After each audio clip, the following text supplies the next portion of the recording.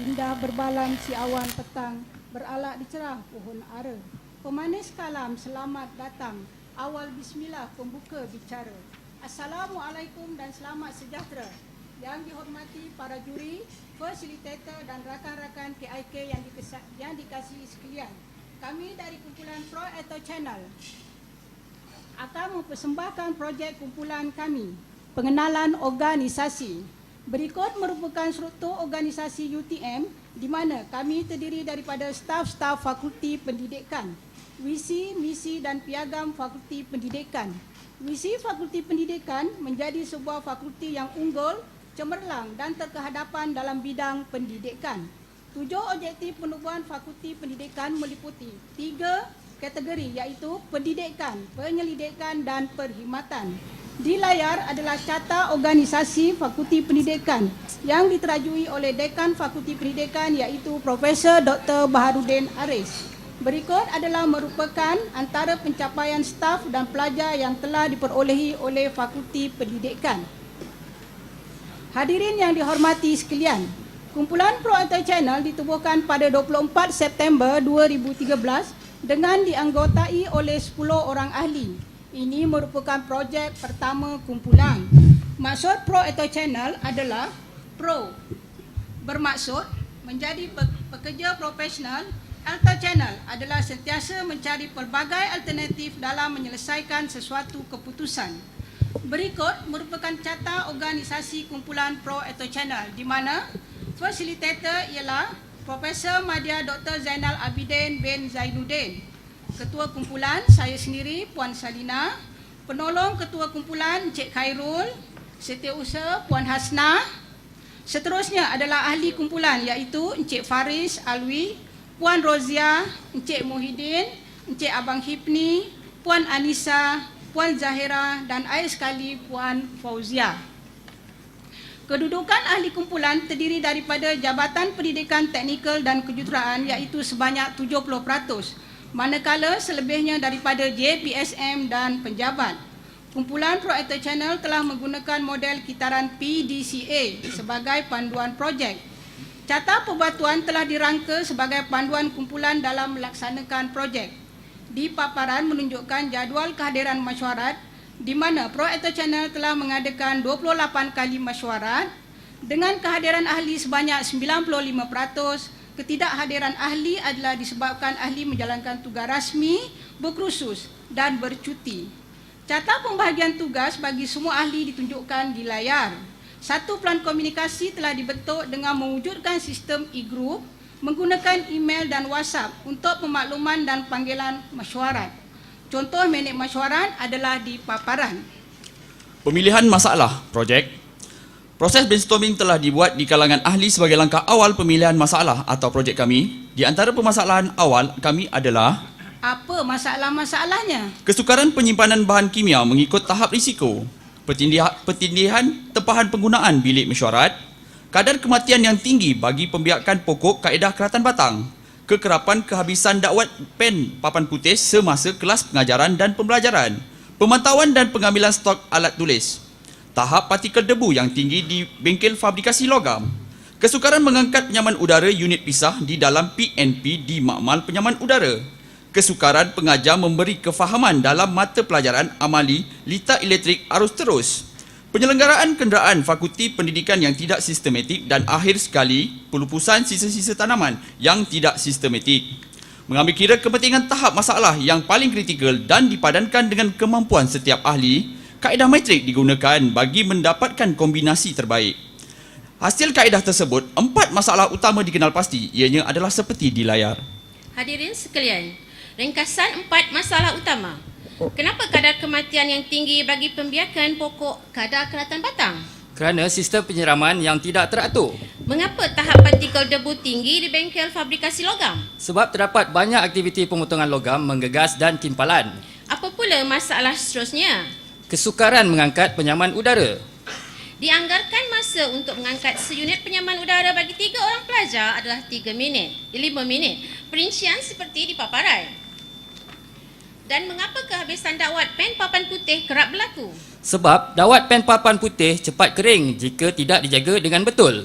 Akhirnya, melalui kaedah matriks data analisis dengan mengambil kira faktor kepuasan pelanggan, imej, kos dan kemampuan ahli dan dipadankan dengan undian daripada setiap ahli kumpulan, jumlah tertinggi adalah 285. Kumpulan sebelat suara memilih tahap partikel debu yang tinggi di bengkel fabrikasi logam sebagai permasalahan kumpulan.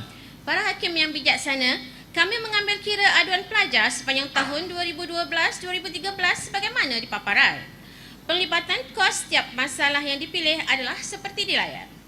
Tahap partikel debu yang tinggi di bengkel fabrikasi logam adalah melibatkan kos yang tertinggi iaitu berjumlah RM460.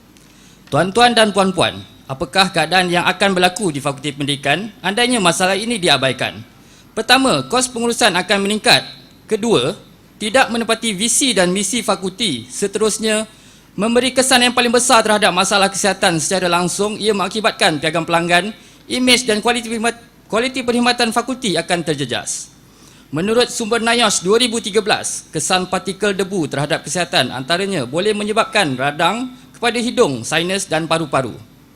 Dan membuktikan projek ini mendapat kelulusan pihak pengurusan Fakulti Pendidikan, berikut merupakan surat persembahan dan kelulusan. Penjelasan projek serta masalah. Kualiti udara dalaman IAQ yang baik diperlukan bagi persekitaran kerja dalaman yang sihat. Kualiti udara dalaman yang kurang baik boleh menyebabkan pelbagai masalah kesihatan jangka pendek dan jangka panjang. Sindrom bangunan sakit SBS mengakibatkan penyakit seperti yang dipaparkan di layar. Partikel debu adalah sejenis pencemaran udara berbentuk padatan. Ia merupakan pencemaran udara yang paling ketara dan paling bahaya, terutamanya yang bersaiz sangat kecil sehingga menembusi bahagian dalaman paru-paru. Saiz partikel yang wujud adalah antara 0.001 hingga 500 mikrometer, di mana saiz 0.1 hingga 10 mikrometer boleh melepasi sistem pernafasan bulu hidung dan terus memasuki paru-paru. Dipaparkan terminologi definisi yang digunakan oleh kumpulan kami. Definisi masalah seperti di layar. Tahap, had atau takat. Partikel debu, salah satu jenis pencemaran udara berbentuk padatan yang tinggi. Bacaan IPU melebihi daripada paras sihat. Bengkel fabrikasi logam, lokasi di mana aktiviti amali pemotongan logam menggegas dan timpalan dijalankan. Berikut antara aktiviti yang dijalankan di bengkel fabrikasi logam. Dipaparkan polisi yang berkaitan keselamatan, kesihatan dan persekitaran. Latar belakang masalah. Kaedah 5W1H digunakan untuk mengenal pasti latar belakang masalah. Carta alih penggunaan bengkel di mana penghasilan partikel debu yang tinggi terjadi dapat dilihat pada bahagian bertanda merah. Berikut 4 faktor yang menyumbang kepada kualiti udara yang rendah di dalam bangunan. Dipaparkan susun atur peralatan yang padat di BFL. Berikut ditunjukkan sistem pengalihan udara setempat yang hanya menggunakan satu motor berkuasa kuda. Di layar menunjukkan gambaran laluan aliran udara. Para hadirin sekalian, bagi mendapatkan keberkesanan data sebelum projek, kumpulan kami menggunakan 3 kaedah, iaitu kaedah pengukuran, kaedah pemerhatian dan kaedah soal selidik. Bagi kaedah pengukuran, di layar menunjukkan carta alur kaedah pengambilan sampel seterusnya, jadual waktu dan aktiviti yang dijalankan semasa pengukuran dibuat. Berikut adalah bacaan kepekatan partikel debu yang diambil dalam tempoh 24 jam selama 5 hari waktu bekerja. Gambar menunjukkan perubahan bacaan berat dan warna kertas penapis sebelum dan selepas pengukuran. Alat penimbang yang digunakan adalah analytical balance. Graf menunjukkan bacaan paling tinggi adalah pada hari Rabu, di mana banyak aktiviti amali dilakukan pada hari sebelumnya, iaitu 294.44 mikrogram. Untuk makluman para juri, alat pengukuran HVAS diletakkan pada hari Isnin dan diambil bacaannya pada hari Selasa. Perbandingan indeks pencemaran udara yang dikeluarkan oleh Jawatan Alam Sekitar dari data yang diambil menunjukkan berada pada bacaan IPU di antara 201 hingga 300. Tahap pendedahan debu halus bagi 8 jam bekerja yang dikeluarkan oleh 3 organisasi antarabangsa dipaparkan. Rumusan dapatan menunjukkan bahawa tahap kualiti udara di BFL adalah sangat tidak sihat untuk kesihatan, terutamanya semasa kelas amali berjalan. Kaedah kedua iaitu kaedah pemerhatian. Ini merupakan hasil pemerhatian dengan menggunakan kertas turas. Yang ketiga adalah kaedah soal sidik. Soal sidik telah diedarkan kepada 50 orang responden. Hasil rumusan soal sidik mendapati masalah kesihatan, pengudaraan dan persekitaran melebihi 58%. Kumpulan kami mensasarkan penurunan sebanyak 80% paras bacaan partikel debu daripada sangat tidak sihat kepada sihat. Analisa masalah. 4 punca paling mungkin yang menyumbang kepada masalah ini. Antaranya ialah manusia, alat, bahan dan persekitaran. Verifikasi punca paling mungkin. Faktor manusia, Aktiviti menggegas dan kimpalan diterima. faktor alat, Alat pengalih udara kurang berkesan diterima. faktor persekitaran, Aktiviti pembersihan sukar dijalankan dan pengenderaan kurang sistematik diterima. faktor bahan. Kedua-dua faktor bahan ditolak. Daripada analisa punca masalah, 5 punca masalah dipilih dalam Raja Ishikawa 2, iaitu aktiviti menggegas, aktiviti kimpalan, alat pengalih udara kurang berkesan, pengudaraan kurang sistematik dan aktiviti pembersihan sukar dijalankan. Paparan menunjukkan analisis data soal selidik dari Oktober hingga Disember 2013. Raja Pareto paling mungkin sebelum projek adalah seperti di layar. Tuan-tuan dan puan-puan yang dihormati, cadangan penyelesaian. 5 punca paling mungkin dan cadangan penyelesaian adalah seperti di layar. Kumpulan memilih kaedah SWOT dalam pemilihan cadangan penyelesaian. Aktiviti menggegas. Cadangan penyelesaian, mereka cipta alat memerangkap partikel debu halus, diterima. Alat pengalih udara kurang berkesan. Cadangan penyelesaian menggunakan exhaust fan, diterima. Aktiviti pembersihan sukar dijalankan. Ketiga-tiga cadangan penyelesaian ditolak. Pengudaraan kurang sistematik. Cadangan penyelesaian, mereka cipta alat yang boleh membersihkan udara kotor dan meletakkan pokok hiasan, diterima. Aktiviti kimpalan. Kedua-dua cadangan penyelesaian ditolak. 3 cadangan penyelesaian diterima oleh kumpulan iaitu: pertama, mereka cipta alat penyerap partikel debu halus. Kedua, mereka cipta alat yang boleh membersihkan udara. Dan ketiga, meletakkan pokok hiasan. Hadirin sekalian, daripada ketiga cadangan penyelesaian tersebut, ahli telah mereka cipta Smart Aquaponic Fresh Air yang dikenali sebagai SAFA. Tema dan moto SAFA seperti di layar. Aquaponic adalah kombinasi daripada aquakultur dan hidroponik. Dalam aquaponic terjadi simbiosis antara tanaman dan ikan.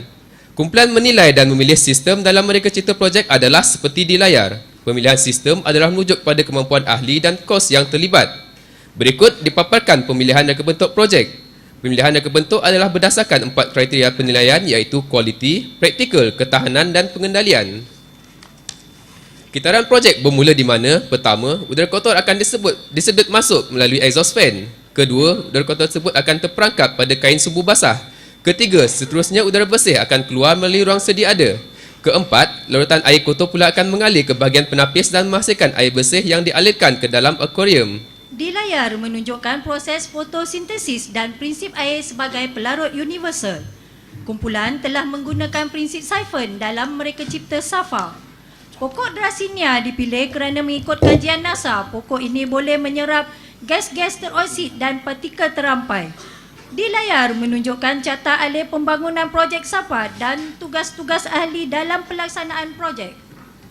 Carta perbatuan pembangunan projek bermula dari bulan Februari hingga September 2014. Lukisan lakaran idea awal projek adalah seperti di layar. Paparan menunjukkan kos bahan dan alat untuk mereka cipta SAFA. Gambar menunjukkan proses penyediaan dan lakaran projek. Tuan-tuan dan puan-puan, berikut adalah bahan dan kegunaan bagi menghasilkan SAFA. Di antaranya ialah exhaust fan, hidroton dan lain-lain. Di layar menunjukkan borang pemerhatian senarai semak pengujian dan penilaian projek. Berikut adalah rekod bacaan pengaliran keluar masuk air bagi sistem siphon. Di layar menunjukkan timeline dan hubung kait projek SAFA. Gambar menunjukkan aktiviti menguji kefungsian siphon, exhaust fan dan penapis. Daripada ujian keberkesanan alat penapis dan kelajuan air, kumpulan telah memilih menggunakan 4 saluran pipe bagi menghasilkan semburan air yang sekata dalam tempoh yang singkat. Kumpulan menggunakan kain sumbu bagi memerangkap partikel debu. Paparan menunjukkan lukisan kejuruteraan 2 dimensi projek SAFA. Berikut menunjukkan bagaimana sistem SAFA berfungsi melibatkan 4 bahagian utama. Hadirin sekalian, ditunjukkan bagaimana proses fotosintesis dan sifon berfungsi. Tekanan atmosfera lebih tinggi akan memaksa air memasuki sifon. Sifat air sebagai pelarut universal dan penapis pasir kerikil digunakan juga dalam pembuatan safa.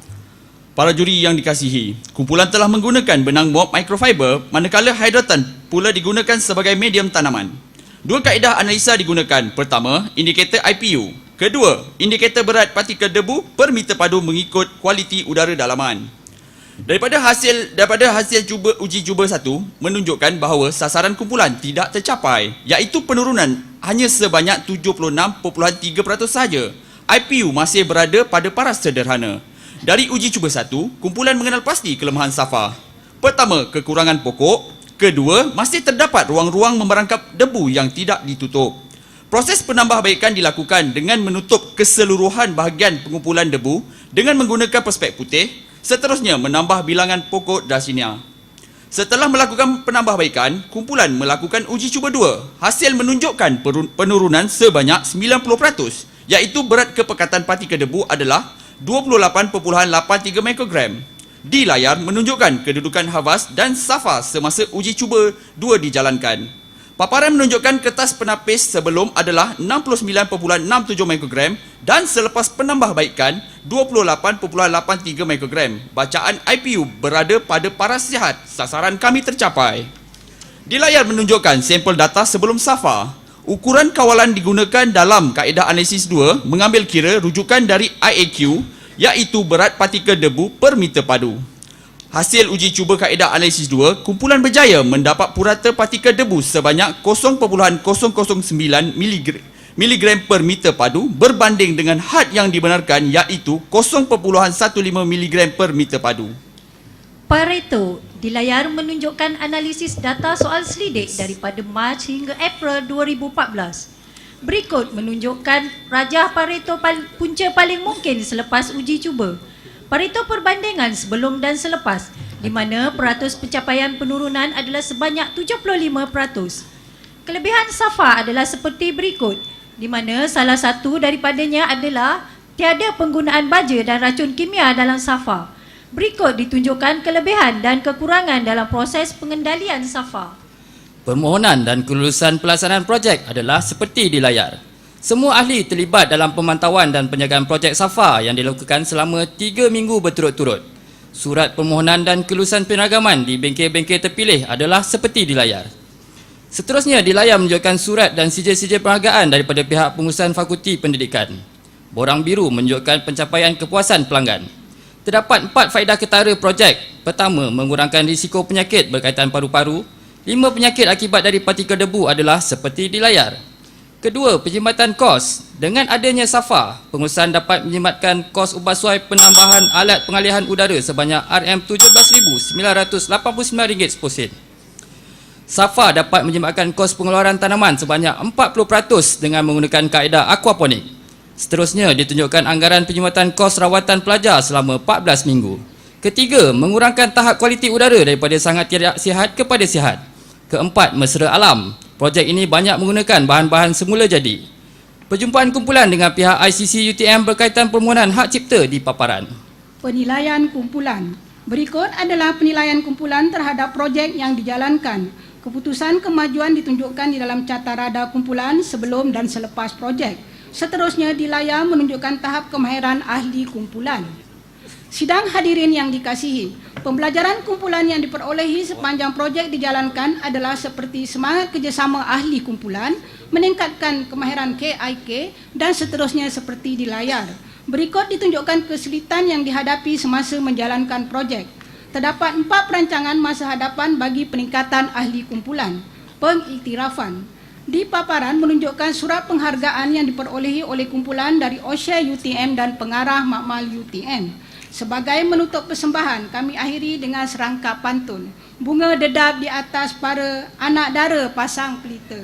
Kalau tersilap tutur bicara, jemari disusun, maaf dipinta. Sekian, terima kasih. Wabillahi taufiq wal hidayah. Wassalamualaikum warahmatullahi wabarakatuh. Waalaikumsalam warahmatullahi wabarakatuh. Jom jalan-jalan, ini soalan daripada Puan Hajar Sumiati. Okey, Assalamualaikum, kumpulan Pro Alter Channel. Saya nak pastikan bila tengok Carta Perbatuan tu, tindakan penyeragaman memang belum dibuat Belum lagi, baru perancangan. Dan masih dalam perancangan tak sempat lagi buat. Saya tengok projek ni dah berjalan daripada September tahun lepas. Tapi tindakan penyeragaman memang belum buat lagi. Belum buat, cuma kami mengenal pasti je lah beberapa bengkel dahulu. Yang di bengkel sedia ada, yang dah ada inovasi ni dah berapa set dah dibuat? Kami ada satu set yang Satu set saja. Satu set saja dulu. Yang ni contoh ke ataupun set yang dekat Makmal tu yang dibawa? Ini adalah contoh. Contoh Contoh yang kami nak bawa. Yang lah. ada di Makmal tu lebih besar kan? Lebih besar. Dia punya saiz dia. Okey, satu lagi pemerhatian saya, data-data kumpulan terlampau sedikit. Jadi macam tak reliable. Macam ambil partikel debu tu 4 hari saja. Sebab projek ni dah lama daripada September tahun lepas. Jadi saya expect data tu lagi panjang lah. Data sebelum dan juga data selepas. Jadi bila kita ambil masa yang lebih panjang, contohnya sebulan untuk ambil bacaan tu kan, lebih reliable lah. Begitu juga bila selepas. Tapi kena pastikan bila ambil data sebelum tu sebulan, data selepas pun kena sebulan jugalah. Jadi dia fair. Okey. Boleh saya jawab tentang data. Okey, sebenarnya kami buat benda ni memang agak lama juga disebabkan data yang kami nak ambil ni adalah bergantung kepada kelas. Kelas maksudnya kelas yang menggunakan bengkel fabrikasi logam. Jadi masa sepanjang kami jalan ni kelas hanya berjalan 3 bulan.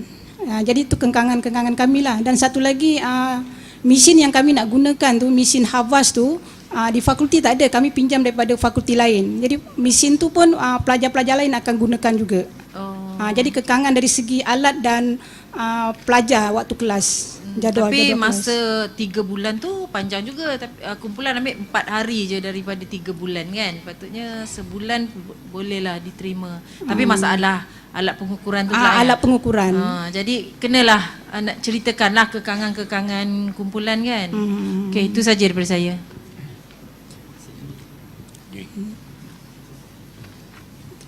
Okey, tahniah kumpulan Pro Alter Channel lah. Pro ni bukan profesional bukan Semi. Semi. Okeylah, semi ni dia atas sikit pada novice lah. Saya masih pasal isu penyeragaman ni. Saya surat ni mungkin keliru agaknya Surat yang dalam slide 129 ni. Surat ni bertarikh 7 Mei. Itu permohonan. Kami buat permohonan. Sebab kepala surat ni merujuk tajuk perkara tu kelulusan penyeragaman ditandatangan oleh Prof. Dr. Baharudin. Yang asal ni kan, awak punya bengkel ni ada berapa motor dan motor tu berapa kuasa kudanya? Satu horsepower je dia punya motor yang asal tu. Satu motor, motor tu hanya 1 horsepower sahaja. 1 horsepower.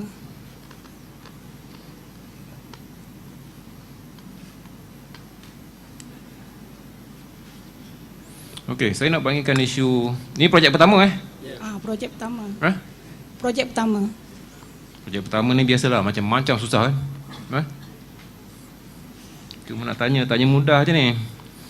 Kumpulan bila dah dapat 10 markah 10 tajuk masalah kan, awak pakai slide 20, boleh tunjuk?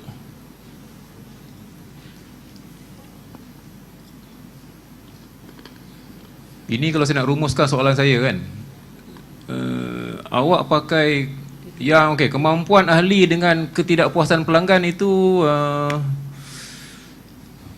kami panggil kriteria. Korang panggil apa Kriteria. Samalah. Yang kami pilih lah. Yang bawah tu kan ada skala markah tu 1 sampai 10 tu kami panggil skala. Kau panggil skala juga kan? Sama sama. Nak pasti dia punya bahasa komunikasi tu sama. Tidak nanti macam ayam cakap dengan itik lah. Sama nak check tu. Saya tengok sini, kalau saya nak komen, ni bukan soalan ni, saya komen lah. Awak pakai kriteria lain tapi skalanya lain. Dapat tangkap tak maksud saya? Skala tidak kritikal dengan kritikal. Tapi kriteria awak, kriterianya adalah kemampuan ahli dan ketidakpuasan pelanggan. Awak pakai kriteria lain, skala lain. Perasan tak?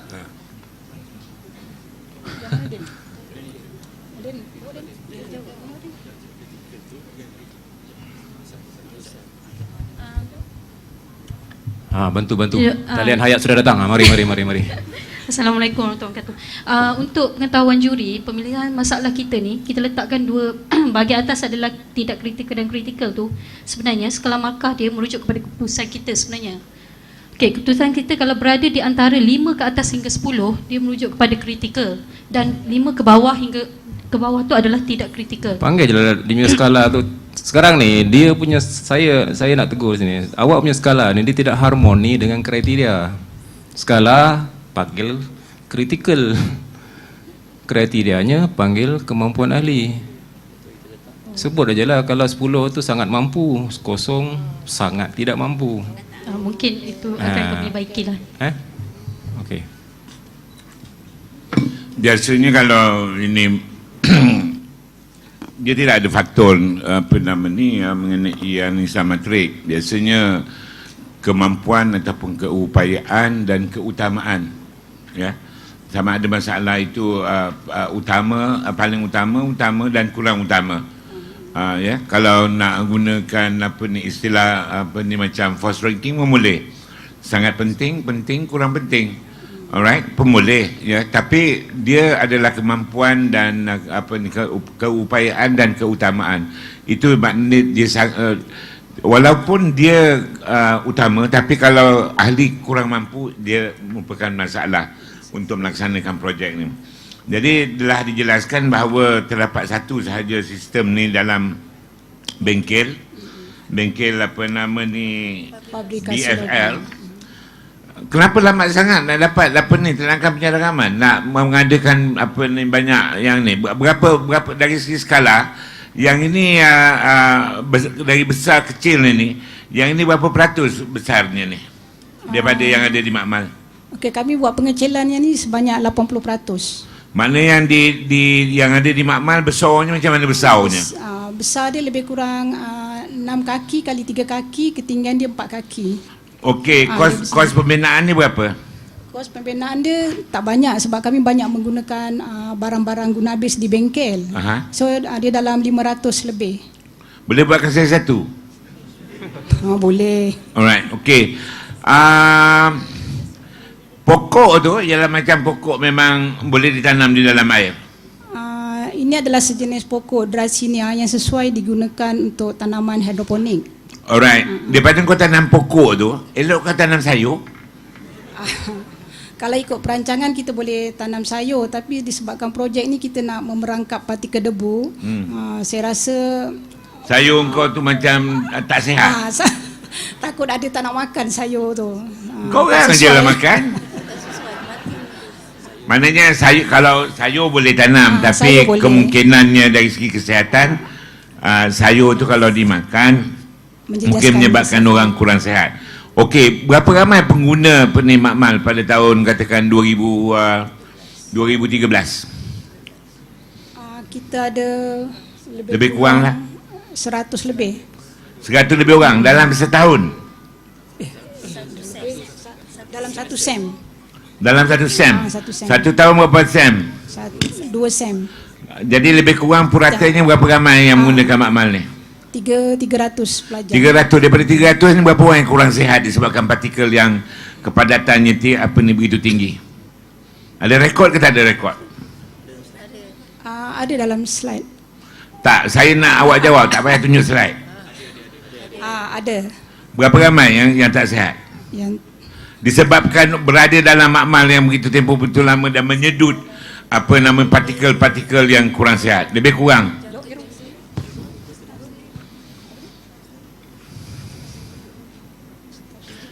Korang ni pernah duduk Makmal tak? Nampak semua sihat, tak ada masalah. Tak, lebih kurang okey. Dari rekod perubatan berapa orang yang kurang sihat dalam setahun? Yang menyebabkan projek kamu ni, kamu lakukan projek ini, dan bahawa dia boleh menyedut partikel-partikel yang yang terdapat di BFL.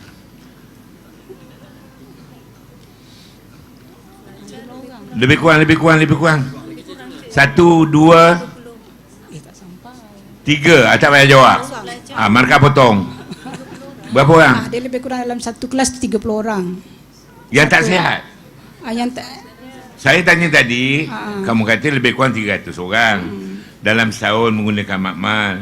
Lepas tu saya tanya, dalam setahun tu daripada 300 tu berapa orang yang selalu sesama, berapa orang yang sesak nafas, berapa orang yang tak boleh bernafas. Lebih kurang ada ataupun tidak? Ada buat penyelidikan ataupun tidak? ada buat penyelidikan. Ini adalah hasil soal selidik yang kami dapatilah daripada 50 pelajar. Okey, saya tak ada soalan. Penyeragaman ni sebenarnya bukan susah sangat pun. Letakkan benda itu besar tu, pantau sama ada ni dan digunakan benda itu satu sebiji. Kalau nak tingkatkan penyeragaman, buat dalam 2 biji, 3 biji, 4 biji, 5 biji. Tak semestinya saiz yang begitu. Dan saya rasa partikel ini bukan ada di bengkel ini saja. Dan di di UTM ni berapa bengkel ada? Kalau di fakulti ada 13 bengkel. Di fakulti kamu ada 13 bengkel. Yang ada dalam benda ni, benda alam ni ada satu saja dalam satu bengkel. Betul? Kamu ada satu je benda ni. Apa nama benda ni? Kami panggil Safa. Okey, Safa ni ada satu je. Diletakkan dalam satu bengkel, bengkel A. Engkau ada 13 bengkel, betul? Dan semua bengkel ada partikel, betul? Alright. Standardization dekat puas hati dekat tempat kita sendiri, yang tempat kita buat projek. Lepas tu pergi sebelum nak buat bengkel-bengkel tempat lain, buat bengkel yang lagi 12 tu, benda tu. Agaknya boleh jalan dalam tempoh berapa bulan ni. Dia punya kos berapa puan? 500 lebih. 511 kali 500 berapa? 5,500. Vice Chancellor boleh sponsor? Boleh ataupun tidak? Boleh kan? Kita cakap bagi pihak dia, boleh. Okey, terima kasih. Standard penyeragaman, buat tempat kita, pastikan dia berjaya. Lepas tu buat yang 11, lepas tu buat seluruh UTM, selepas tu buat seluruh IPTA di Malaysia. Itu baru kita katakan kumpulan ni boleh menukar nama daripada Pro Alta Channel kepada Vision Channel. Macam dekat hotel semua ada Vision Channel. Ada tahu tidak? Bervisi, berwawasan untuk semua IPTA di dunia. Sebab kamu punya visi adalah yang bertaraf dunia. Ini dekat Pekalti nak buat satu pun susah nak buat. Wallahualam. Carilah sponsor. Boleh? Macam tak boleh je? Boleh tak? Boleh, insyaAllah. Nanti orang pertama kita jumpa, Datuk. Okey, terima kasih.